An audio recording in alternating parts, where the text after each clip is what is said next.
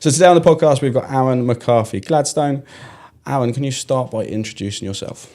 Yeah, sure. First off, thank you for having me, Jack. I really appreciate you having me on. Like you said, my name's Arron. I own a company called Excelling Professionals where I work as a transformation coach. So in terms of transformation, we're focusing on people's weight, their health, their mindset. You know, we're creating a life for them where they're thriving, not just surviving. Something I'll probably say a few times during this podcast, I would say. My aim with the business is just to help as many people thrive and not just survive in this world that we're finding ourselves living in at the moment. The podcast is called Success Talks. For you, what does success mean? So for me, I would say it's living a life that you enjoy.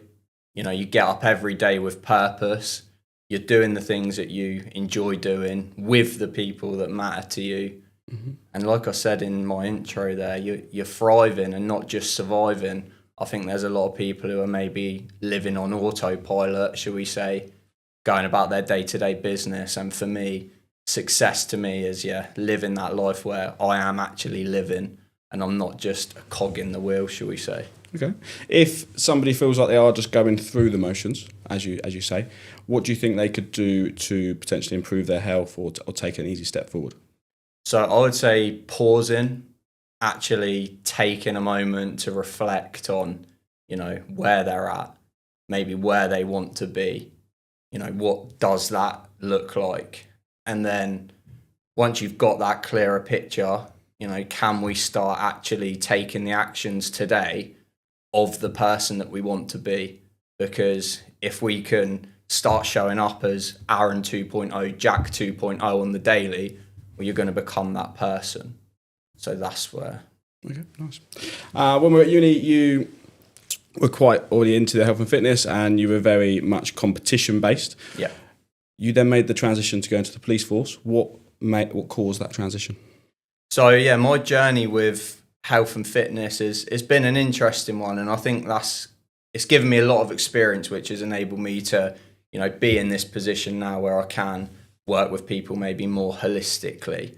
So like you say, when we were at uni, I was very much into bodybuilding myself, competing in bodybuilding. I started online coaching and personal training then. It was very much more of an aesthetic focus, shall we say. So, you know, what's the diet plan that somebody needs? What's the training plan that somebody needs to look a certain way? Mm-hmm. I went travelling to Australia. When I come back, I decided I wanted to join the police force. I think throughout my life, I've always worked with people and wanted to help people. And obviously the police, that was along them lines. I thought I'm going to be working with people. I'd like to think I'm going to be able to help people. And it just seemed like a career move that fit at the time. I still did very much carry on doing some online coaching and PT and up to a certain point. But yeah, I'd say it was just the wanting to work with people and help people.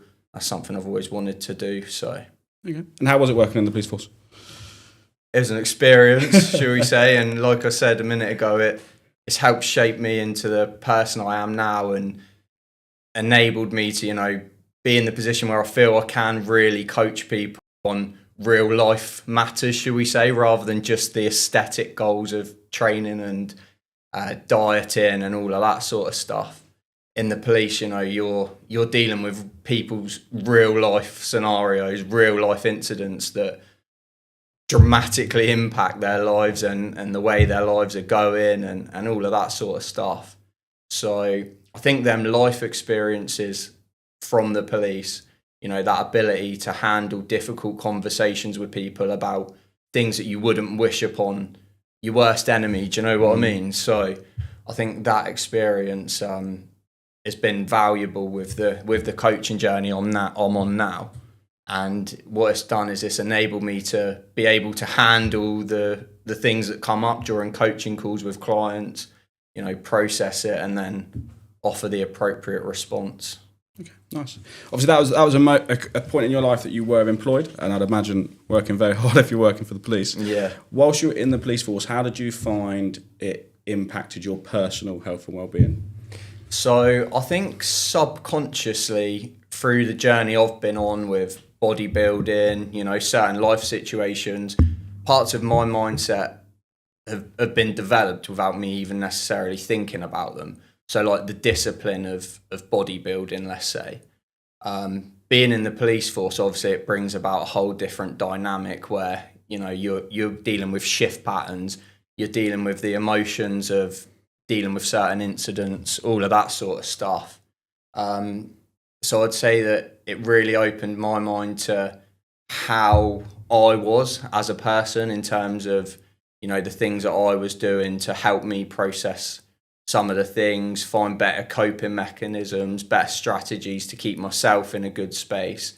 And again, I think doing that work on myself at the time, along with the maybe subconscious work that I'd done prior, again, put me in a spot where I was okay, and I could maybe see that other people around me maybe weren't. And again, that's a big driver why I wanted to start excelling professionals. Okay, that's fine. If someone's employed currently and it feels like they don't have enough time is their excuse for not being healthy or not going to the gym, or stress is their excuse for not eating very well, which would be my excuse for most things. What's kind of like your top 3 tips that you might give that person that's using time as an excuse for their lack of health? I think a lot of people really do validate their excuses. Yeah. Sometimes these excuses, they are valid, but if we keep validating our excuses, then we are going to keep putting things off. I would say in terms of 3, sleep. Are we on top of our sleep-wake cycle? Are we going to bed at a consistent time, waking up at a consistent time? Sleep's the bedrock of everything, right? So getting a grip on that, and a firm grip on that, I would say is very important. Keeping hydrated. The amount of people that come into my program, and one of the first things I'll get somebody to do is just track their water intake. The amount of people that are drinking less than 1 litre of water a day is quite frightening. Mm-hmm. Cognitive function, alertness, all of that sort of good stuff, bodily functions. So making sure we're hydrated. And third off, I would say look at the things that you really value in life. So most people will say my children, my family. Fitness doesn't have to be the biggest mover for someone.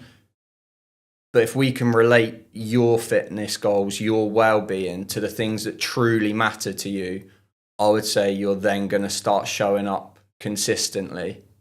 Okay. See where I'm coming from? Yeah, like that. Like make the link between your well-being and the things that matter the most to you. You're going to show up. That's what I would say. When you were in the police force, what was that turning point that then made you want to make the step or the leap to leave the police force and then go into your current venture? So I was in the police. I'd worked as a community support officer initially. That was like a bit of an introduction into the police, seeing if I liked it, that sort of thing. I did. I then become a police officer after that.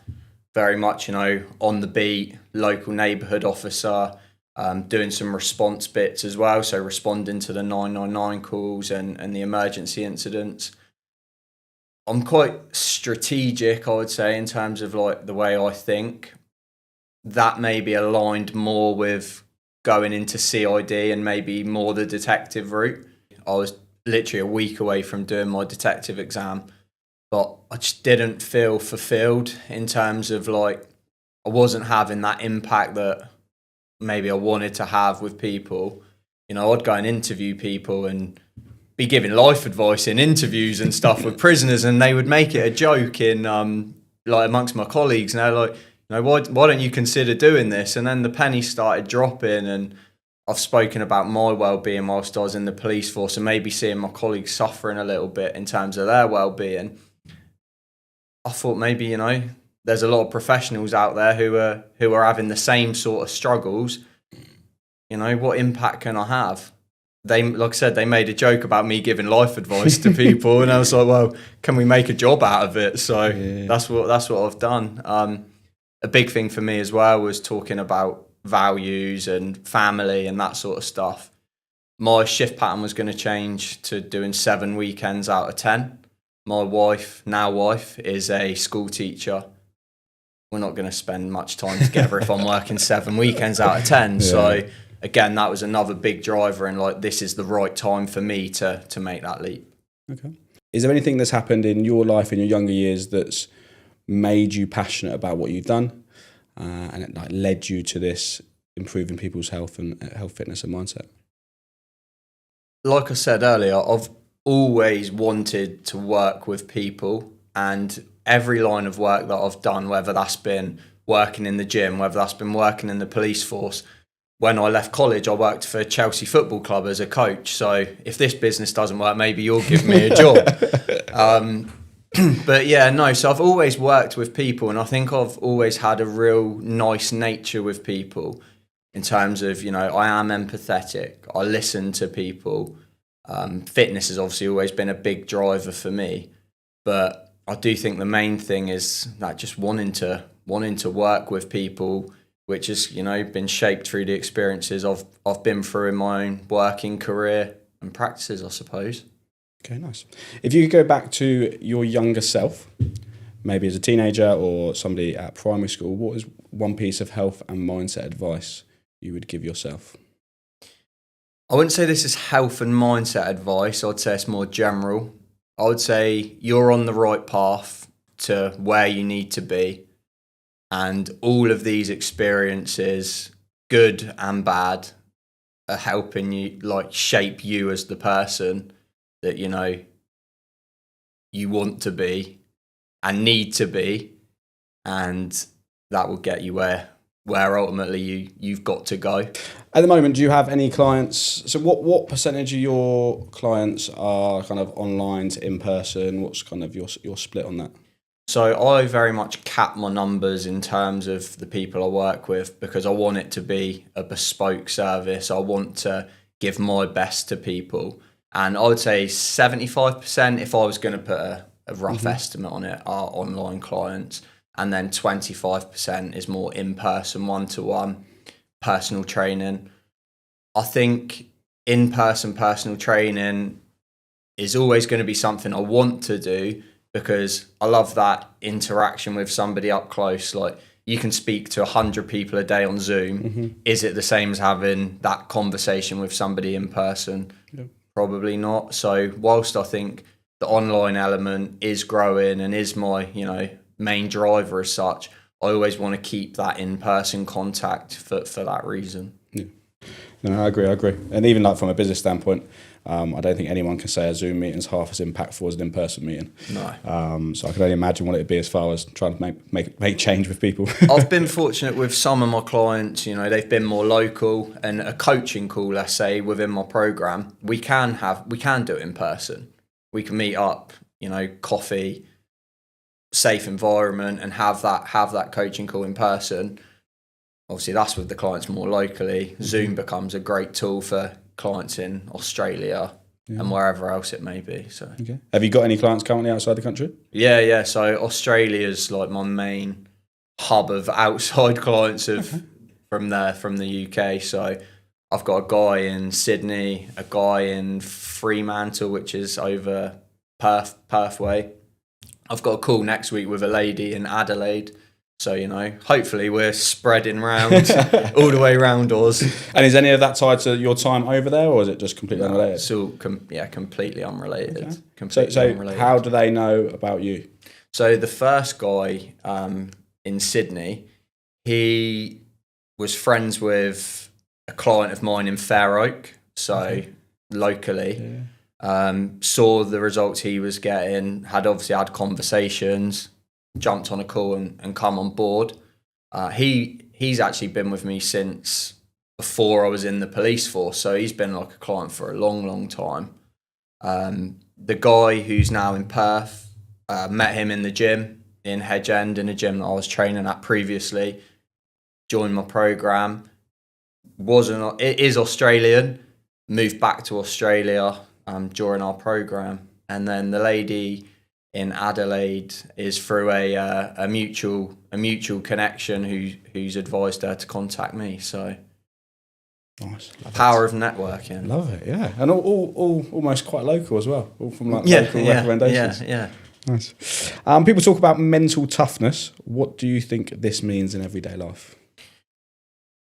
With mental toughness, I would say it's having the resilience to keep showing up and putting yourself in positions to enable yourself to keep building that resilience. So I'm thinking mental toughness equals resilience, that ability to keep showing up, putting yourself in uncomfortable positions that enable you to grow, essentially. Okay. Is there a mindset shift somebody can make that will instantly improve or help their health and habits? I would say go back to the earlier conversation we were having about values, and somebody needs to link their health and well-being, whether that's mindset, physical, to the things that truly matter to them. Make that link, and then you will show up 9 times out of 10. I would also say we're very much in an age of instant gratification, social media, pornography, gambling, Uber Eats. It's all instant gratification. You click your finger and you can get what you want. People need to learn to embrace delayed gratification, I would say. You know, your health and well-being, it's not a quick fix. We see it with drugs like Ozempic now that are on the rise. It's all, again, very instantaneous, instant gratification. But the big shift is embracing that delayed gratification, finding something you enjoy and being in it for the long haul, I would say. Yeah, no. I would agree. I feel like I recently have lost a little bit of weight, not much. You're looking well, mate. I'm better than I was. But yeah, I'm very much, I'll do something for a couple of weeks. I feel great about it. And then if I don't feel like I've achieved enough from that hardship of eating well or whatever, I'll be like, oh, that wasn't worth it, was it? Yeah. But like you say, you just got to give it more time. Which is strange, because from a business standpoint, I'm all on the back end. Yeah. Like zero consideration to kind of how much I'm making on a day to day, what the business is going to profit this year. Everything is about what we're going to be in 5 years, what we're going to be in about 10 years. And in business, completely comfortable with it. Yeah. Leave all the money on the table for the back end result. Yeah. But I have to admit, from a health and fitness standpoint, I do struggle with the. So that's something easy that you know you yourself can do then. Like lean into that delayed gratification, create a lifestyle, find a lifestyle that's sustainable that you enjoy. Just become that lifestyle. And like I said earlier, if you are making them decisions with your health and well-being and mindset of Jack 2.0 in the here and now, well, each day you do that, you're going to get closer to becoming Jack 2.0, and you are going to become Jack 2.0. Yeah. That's a big thing I say with my clients. No, I like it. What role do you believe self-talk plays in a transformation or someone's confidence? How important do you think it is? Self-talk is crucial because you're the one person you spend 24 hours a day, 7 days a week with, right? You know, you've got to be your own best friend. You've got to be your own coach. You've got to hold yourself accountable, you know, because you're with yourself all the time, right? Like I'm not going to be there all the time, but you are. So the things that you're saying to yourself are absolutely crucial. I can plug the sat nav in. I tell my clients they've got to be the driver. And I think this, can you sort of see the link I'm trying to make here to the self-talk? One big bit of advice that I would say, and something I do say to my clients, is keep the promises that you make to yourself. Stick to your word. That's what's really going to make a difference when you're doing that 9 times out of 10 when nobody's watching. Mm-hmm. It's a game changer, I would say. Yeah. And we touched on Alex Hormozi before, and there's one quote he's got, which is the biggest boost of confidence is a stack of undeniable truths that you kept to yourself. Exactly. And I do believe in that a lot. Like, there's another one I've seen with Chris Eubank Jr. So he's I don't know if he was on a podcast or a YouTube video. I'm not too sure, but he says, I'm in the gym, I'm preparing for a fight. This day I know I've got to do a 10k run. Don't quote me on it being a 10k run, but that's what he's doing on the treadmill that day. His leg starts hurting. He's like, no one's watching. I could easily jump off the treadmill here. But then in a few weeks' time, I'm going to be in the ring with a guy who's punched me in the face. He's like, I know I ran from the treadmill that day. What am I going to do when I've got a guy who's punched me in the face? Again, I'm going to run. Leans into exactly what we're saying. Yeah, no, I like that. Stress and anxiety is becoming obviously a bigger and bigger topic, both kind of for company owners, company directors, but also people employed in the workplace. Have you got any strategies that would help people potentially regain or control their stress and anxiety? Something that's worked really well for me is journaling. Journaling is a safe space to process your thoughts, both logically and irrationally. There's times where I'll write something in my journal, come back to it a few days later and be like, why did I write that?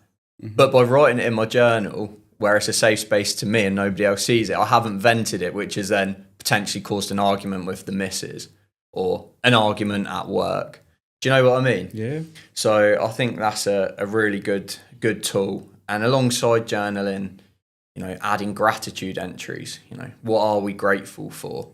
What have we got in our life that on that day we are very thankful for? What are things about our day that have gone well and we're proud of, we're happy about?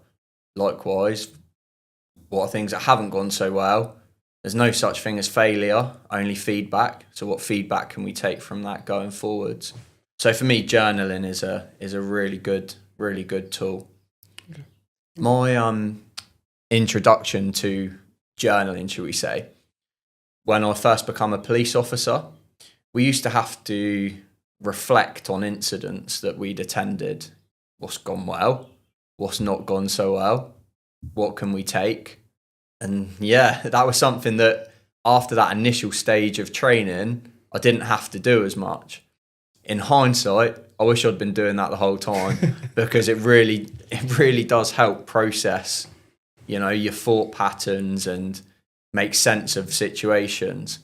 So yeah, I think journaling's an invaluable tool. With your clients, what are common problems that you come across that you need to tackle and address and help them move forward from? I think a big thing that you've said about self-talk, the way where people are talking to themselves and what they're telling themselves is true. I also think understanding your life and, what's led you to being in that position that you're in now where you're working with me, you're reaching out to me. Well, we've got to unpick what's gone on prior so we know, maybe that's why you've got that problem with alcohol. That's why you've got that problem with food.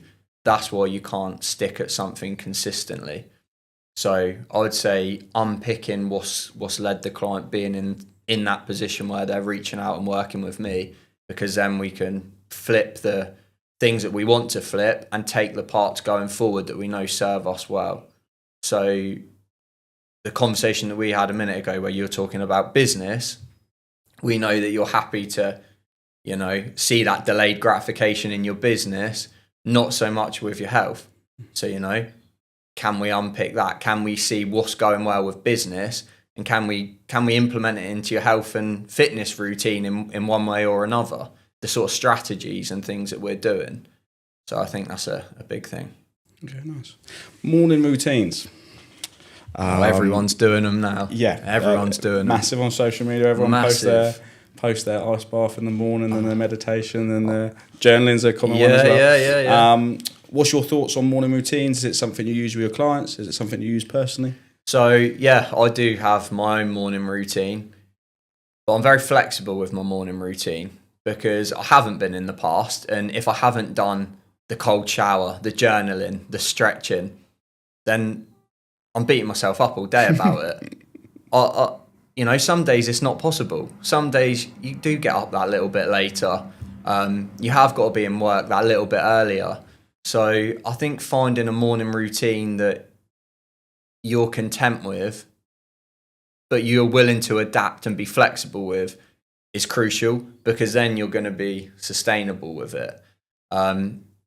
If there's things that you enjoy and you miss them one day because of X reasons, jump back on the horse the next day. Don't beat yourself up about it. And you don't have to be doing everything. That's what I would say. I've had times where I've tried to do everything. Mm-hmm. I started resenting it. Yeah. So what's part of kind of your core morning routine at the moment then? So I'll get up. I like to get daylight into my eyes as soon as I can, really. I know in the UK at the moment we don't have a lot of that, but there is still some UV coming through. So I get outside with the dog, just get a bit of daylight in the eyes. I'm hydrating as soon as I wake up. So as soon as I get out of bed, I'm straight to the kitchen, pouring myself a big glass of water, and I'm getting that down me. Some days, 2 or 3 times a week, I will pull the journal out. I'll do the journaling. 2 or 3 times a week, I'll do a Wim Hof style breath work. But like I say, I'm flexible with it, and I've made it fit within my week. So the days I'm perhaps on Zoom earlier with clients, I know I need to pull back a little bit on the morning routine that day because I haven't got as much time. The days where I've maybe got a bit more time, that's where I can pull the journal out, do the breath work. I always have a cold shower as well. So I can't get in the shower and it be freezing cold. Mm-hmm. I'm in there, have my normal shower, and then I'll flip it for the last 2 minutes at the end. And I say 2 minutes very loosely, like I'm trying to be consistent with 2 minutes, but I have my days, you say, where I jump out a bit quicker. I like it. When we had our little one 4 months ago, and I ended up having some accidental cold showers because when we started bathing her, we live in quite an old house, and I didn't realise that we didn't actually have enough water for all of us to have a shower and a bath all at the same time. So me being the gentleman would have the shower last, and yes, it would be freezing cold. But I'd actually feel great after. Feel invigorated, yeah, you do. A soft day with a newborn, and I accidentally would be having cold showers. But I can't say I was chuffed in the moment. No, are they going to make a massive, massive, massive difference? Probably not. Are they going to make us feel a bit more invigorated in that moment? Probably. Is there a deeper meaning where you're starting your day off doing something hard and it sets you up to do harder tasks throughout the day? Absolutely. And that's where I'd be leaning more with the cold showers than any physical benefit. Do you have many clients that do like ice bathing? Yeah, I do. So I've got clients who are on the ice baths. One of my good friends, he actually bought one a little while back, which is broken. So I've been in there a few times myself until it broke. They're an experience. Are they worth the hype?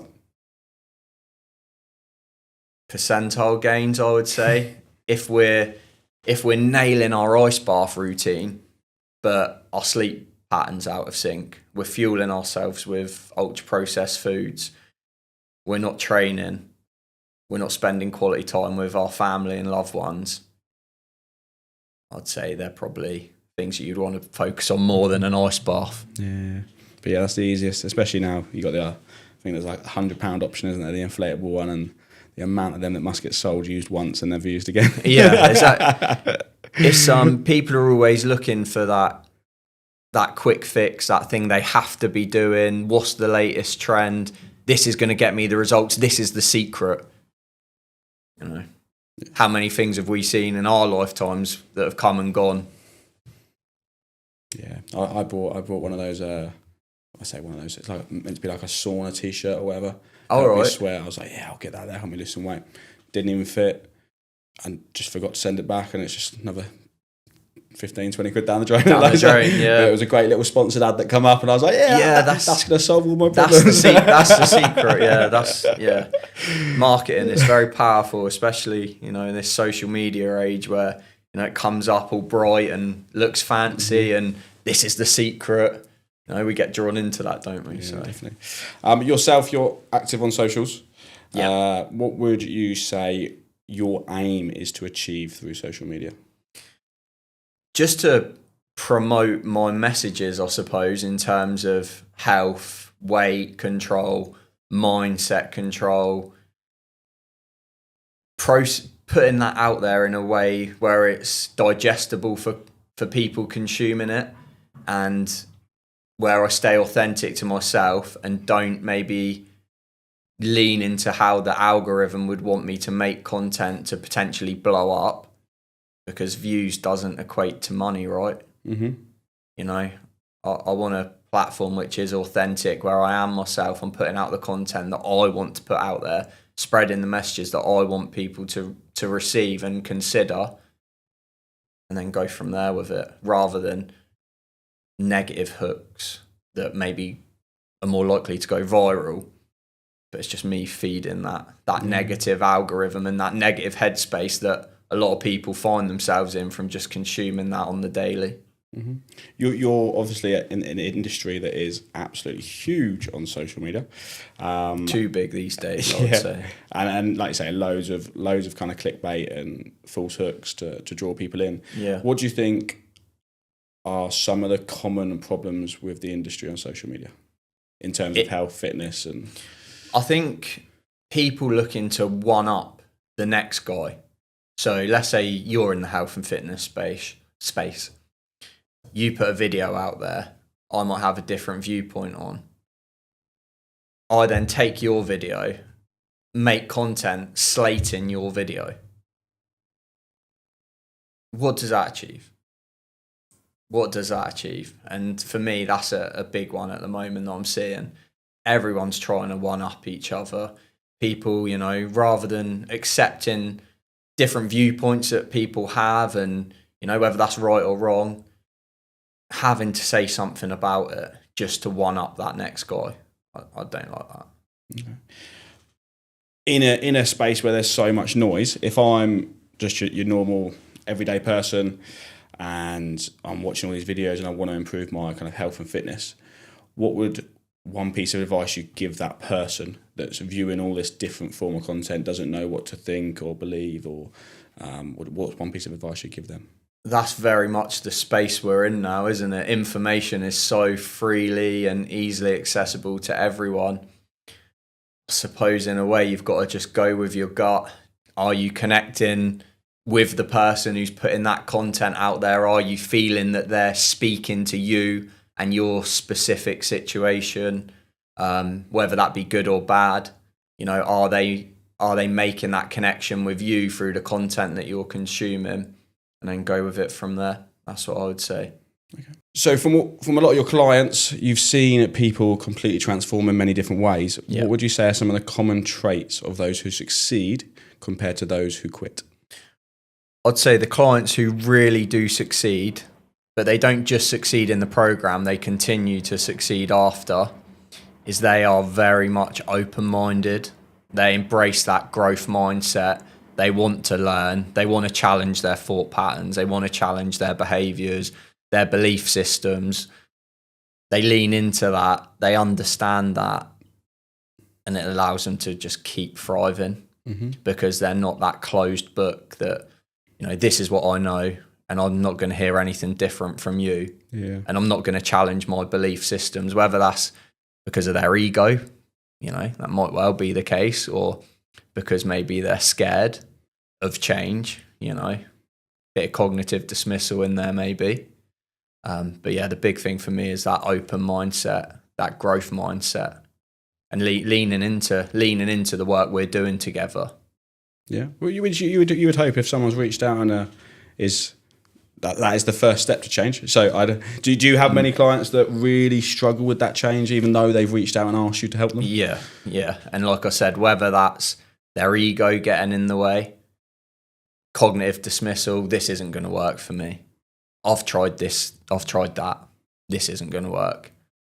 They approach it from that angle. Yeah. You know, the barriers are up, shall we say. Yeah. And circumstance, people have probably been, and most definitely would have been, through things that have caused them to be that way. Some people are open to restructuring their minds and their approach.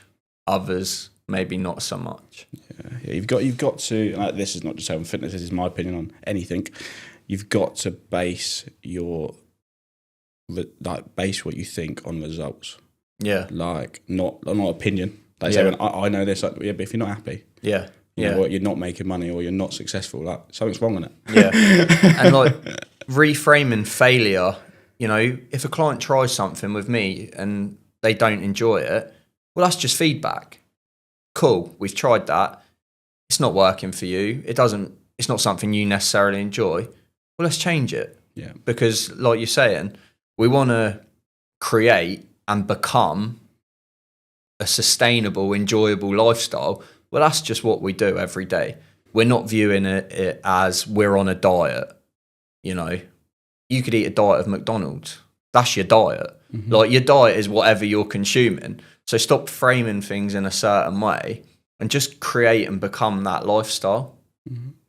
Talking about McDonald's, and we touched on social media videos. Yeah. When you've got obviously a social media video that's trying to be a little bit different, and they say that go down the line of as long as you consume less calories than you burn, you'll lose weight, even if the only calories you consume is McDonald's.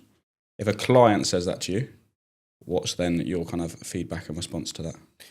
I'd say if we're in a calorie deficit, so we are consuming more calories than what we're expending, no matter what we're eating, we are going to lose weight. However, and this is where, you know, marketing is such a big thing, because every supermarket you go in now, protein, everything's marketed protein. Yeah. A lot of these foods are, again, ultra processed, but we see the word protein on it and we automatically think healthy. I know I need to be consuming more protein, so I need that. You know, I'd say to people, if we're consuming a more whole food based diet, single ingredient foods, you come back to me after 2 weeks of consuming McDonald's versus 2 weeks of consuming ultra processed food, single ingredient food, should we say. Tell me which one you feel better on. Yeah. Tell me how your body's, you know, showing up on the daily. I would say there's going to be a vast difference between the person consuming the ultra processed McDonald's versus the person consuming the single ingredient food, even if they've been consuming the same calories and macros, should we say? Yeah, anyone would agree. Even if you struggle to stay healthy, everyone can agree. When you eat healthy, you feel so much better. Yeah, your skin's better. You know, your cognitive function's better. Yeah, no, definitely. Chalk and cheese, I would say, between the two. Definitely. You've helped many clients transform their bodies. What's the biggest myth around the health and fitness that needs to die? So there's a few, and I do think people are becoming maybe more aware of them. What's sticking out in my mind still is that if I want to lose weight, I have to be doing cardio. That's a big one. Most people think, I want to lose a few pounds, I'm going to go out running. I want to lose a few pounds, I'm going to go on the treadmill at the gym, I'm going to go on the cross trainer. Cardio is just a tool that can help create and sustain a calorie deficit of losing body fat. So that's a big one. Mm-hmm. To break that one down a little bit more, to make it really, really simple. So why is cardio not needed to lose weight in the simplest way you can explain it? Because it is just a tool that can, like I say, elicit and create and sustain that calorie deficit. Then as in it burns calories to improve your chances of being in a calorie deficit. Yeah, okay. Exactly. Ultimately, you can do all the cardio in the world. If you're still consuming more calories on the day than what your body needs, you're still going to put on body fat. Okay. From a mindset standpoint, because I know I'm somebody that recently I've lost weight without doing much cardio and focus on food. Yeah. I know for a fact if I go and do something for the next 3 mornings, I'll go for a really long walk or a run, I know in my head, because I feel better, I now eat better. Yeah. Yeah. So the cardio didn't necessarily act as a needed for the calories, but now I'm going to eat better because I'm exercising better. Yeah. I think you're doing that expenditure, getting yourself out there, you're feeling good. Yeah. You know you've done something positive for yourself. So you want to carry that on, right? Yeah. But the importance is people know they don't need to do cardio to lose weight. No, that's a myth. And another big myth is, well, you're saying about doing weights, I don't want to become too bulky. If that was the case, I'd be sat here looking like a prime Arnold Schwarzenegger, and I'm not, Yeah. I'm putting the reps in to try my best to do that. But yeah, that's a big one. I'm open to doing weights, but I just don't want to become too bulky. You're not going to. You're not. So what would be, if someone started thinking that weights aren't important, they're of a mindset that you say the cardio is what I need. Yeah. You're now saying that the cardio is not necessarily what they need, but you may recommend them doing weights. Yeah. What benefits then do weights hold in comparison to cardio? So there's more and more research coming out that very much suggests the secret to longevity is having skeletal muscle mass, lean muscle mass on the body. So I would say, if we want to live that lifestyle where we're thriving for as long as possible, or having that muscle mass on the body is going to be crucial. Whether that means you have to be going in the gym pumping out 3 sets of 10 to 12 reps, or that means you're going to a fitness class that you enjoy more and you're still working with resistance, you're progressively overloading the body, it can do the same thing, but you're in a different space doing it. Yeah. So again, it feeds back to that, creating that lifestyle that you enjoy, finding the exercise that you enjoy, that you want to show up to. In the past, I was very much along the lines of everyone needs to be in the gym doing bodybuilding style training.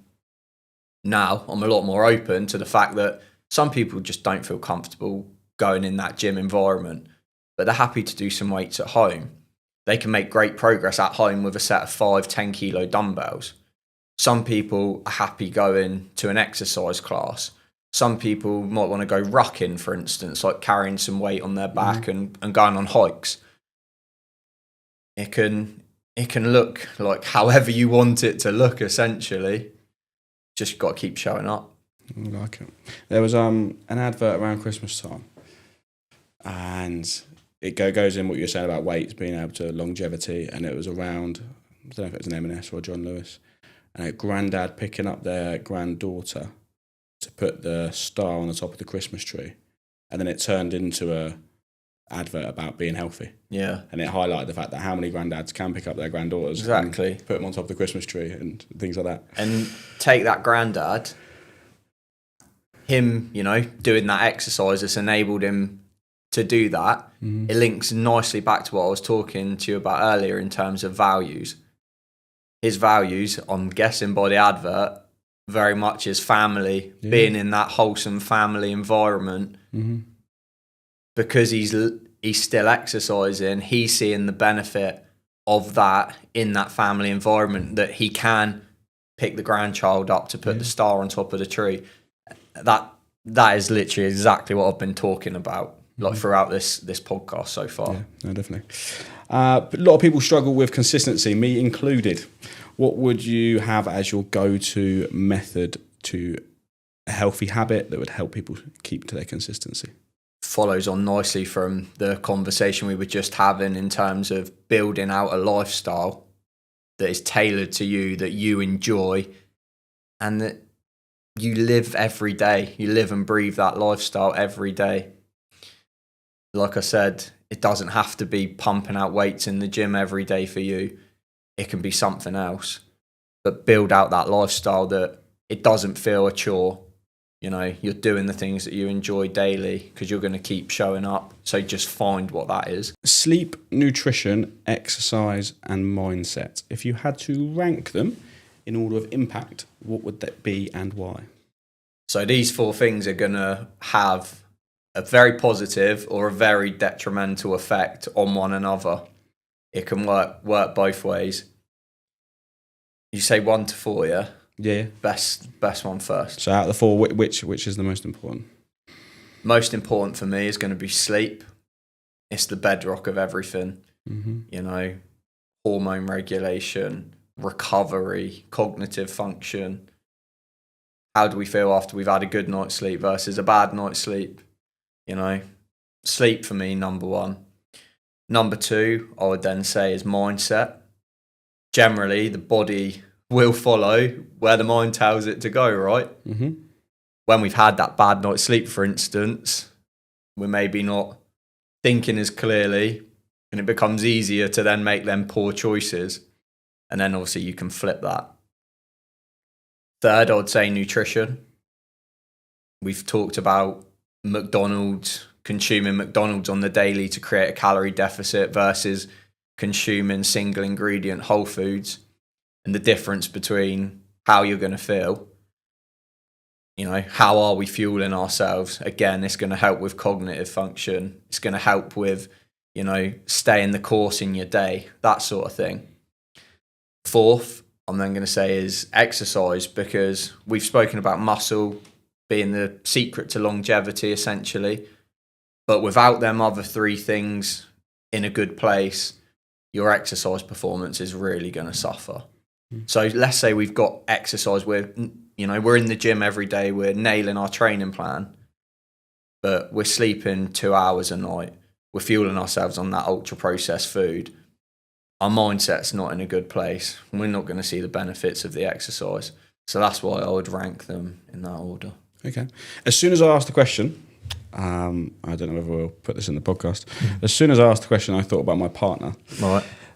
Obviously, we have a baby at home. Yeah. And 4 months sleep regression is real. Anyone who's not aware or doesn't know about it, look it up, watch a reel. It's real.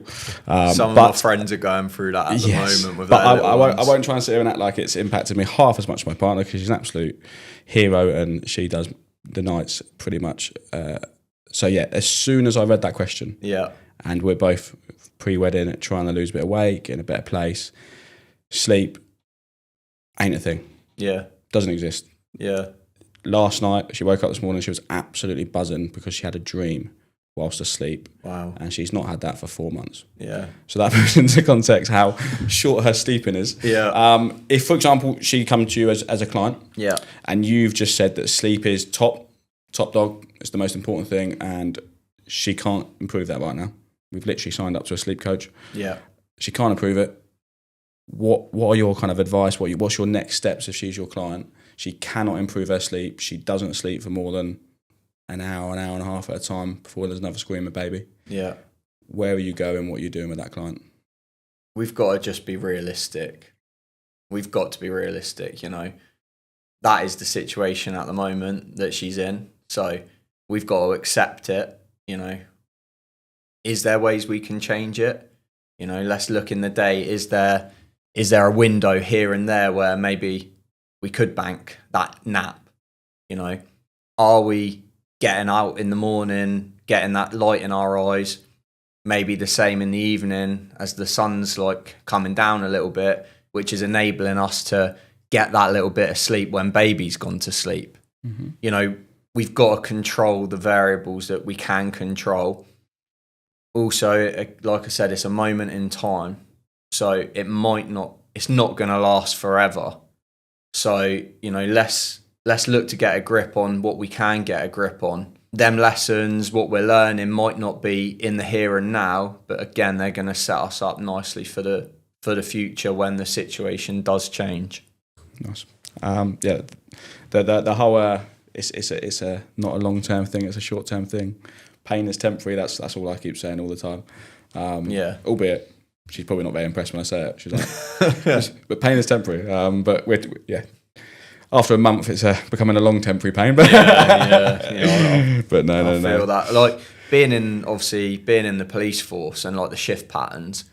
So response, you're doing 2 earlies, 2 lates, 2 nights. So there, across 6 days, your sleep pattern has changed 3 times in the terms of when you're going to bed, when you're waking up. That's not, that's not optimal function for a human being. Mm. And you do that every week? That's on the response shift pattern, yeah. So then they would go into 4 days off after that. Okay. Different departments slightly vary. But yeah, what I'm saying is, that's the nature of the beast in terms of that's the job, that's the expectations, that's the shift patterns, that's what you're doing. So you've got to find the ways that you can help navigate that as best as possible. So like I say, that getting that light in the eyes when we can, winding down in the evenings, limiting blue light, all of that sort of stuff. It's just going to help manage that nature of the beast, essentially. Okay, which leads nicely onto our next question, which is if there's one small daily habit that you would promote to create a ripple effect with your clients, with their body and their mind, what would it be? Carry a water bottle with you everywhere you go. Be hydrated, stay hydrated, drink enough fluids. Like I said earlier, the amount of people that come into the program, when I actually get them to account for how much water they're drinking every day, it's less than a litre. You know, we're not going to function properly there. So everywhere you go, keep that water bottle with you. You know, you've probably heard people say sometimes when we're hungry, we're dehydrated. Do very much believe that, you know. Have some fluids, give it 10 minutes, how are we feeling then? Okay, nice. Final section, I want to talk a little bit about kind of your clients and some of the transitions you've seen, or transformations, sorry. Can you tell us about a client who kind of come to you, thought they couldn't change, maybe not very hopeful, and then after working with you, completely transformed? So I might have to change my job title to a job coach, because I've had so many people now go through the program that during the program have changed jobs. So they feel stuck. And when we start doing the work, you know, the coaching models I get them to do, which is part of the self-reflection process and the self-development process, the common denominator we've seen at times is people's work. And, you know, it's not fulfilling them, and it's causing a negative effect. So the amount of people that have changed jobs during the program is frightening. And we're on coaching calls, and I'm giving advice on like interviewing and stuff like that. And so that's been really interesting.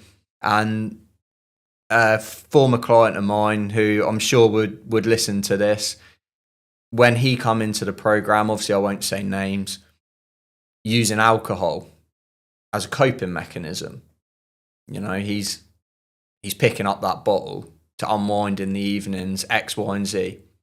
Well, when we actually unpick that and put the systems, the thought patterns in place, got him doing the work that he needed to be doing, he now hasn't had a drink for 6-7 months. That's amazing.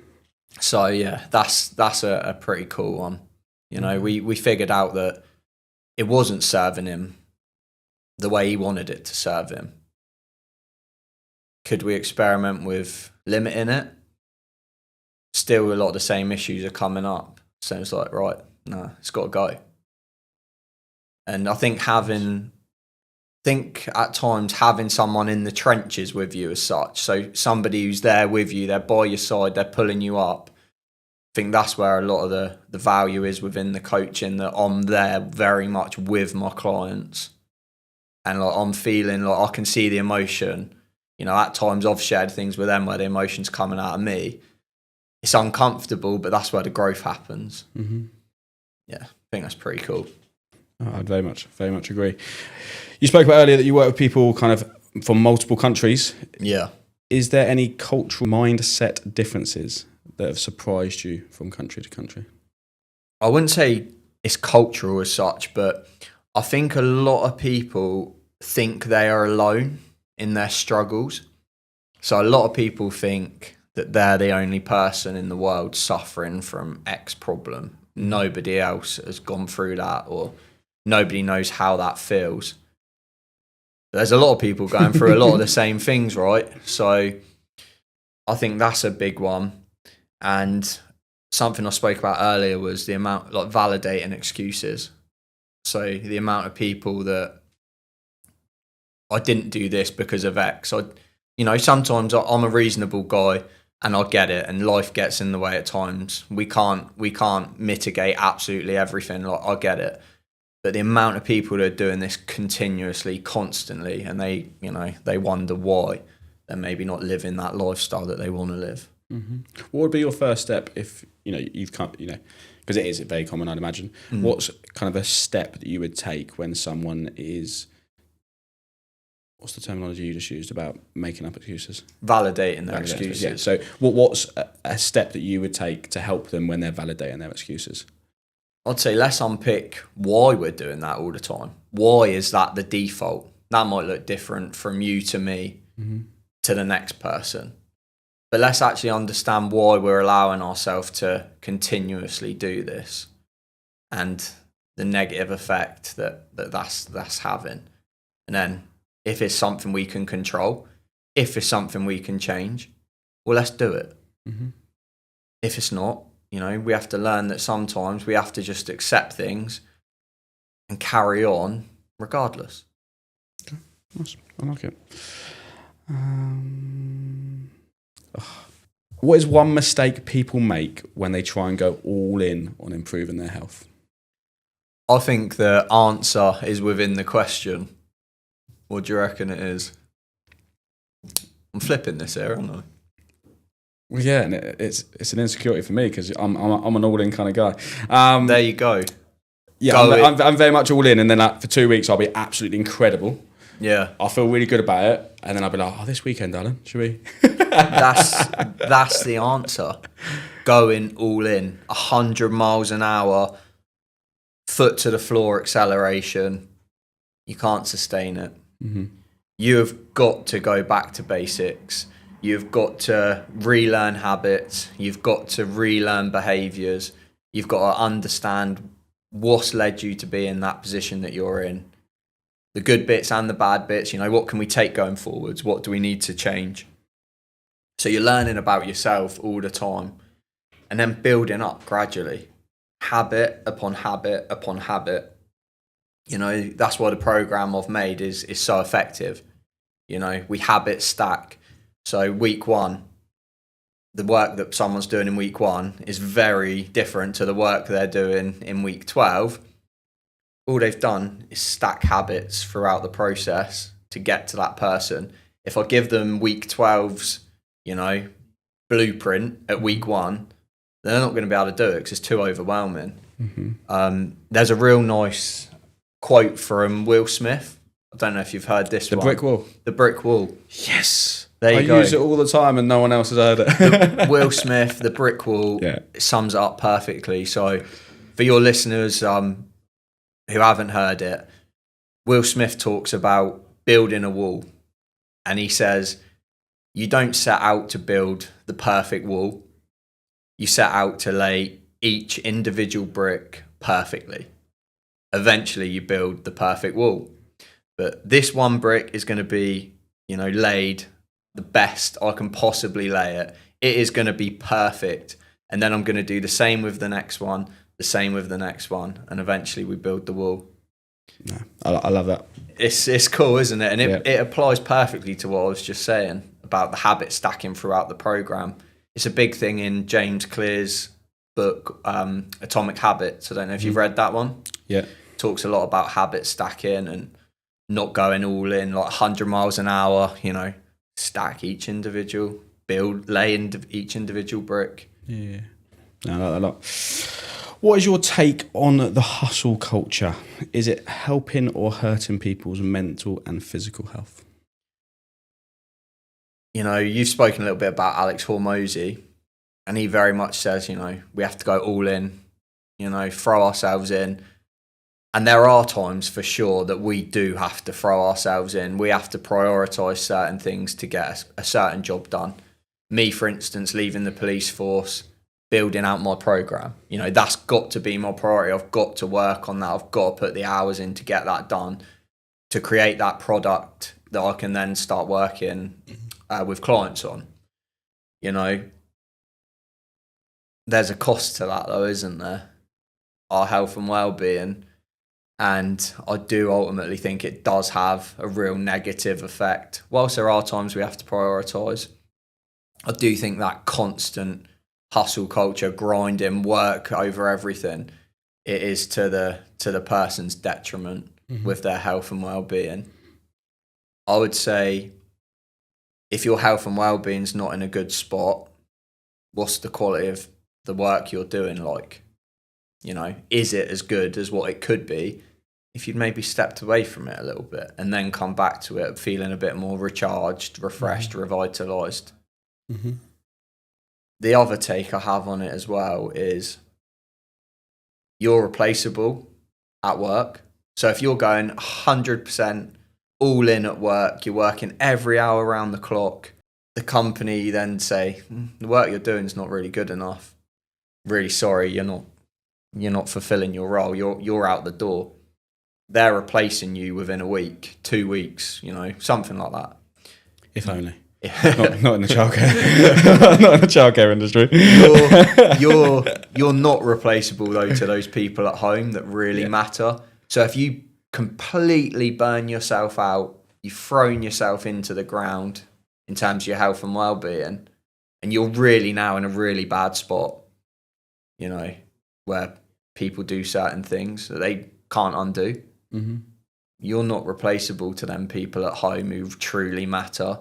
Mm-hmm. But you you definitely are replaceable to the big organisation that made you think that this hustle culture was the way you had to live. Yeah.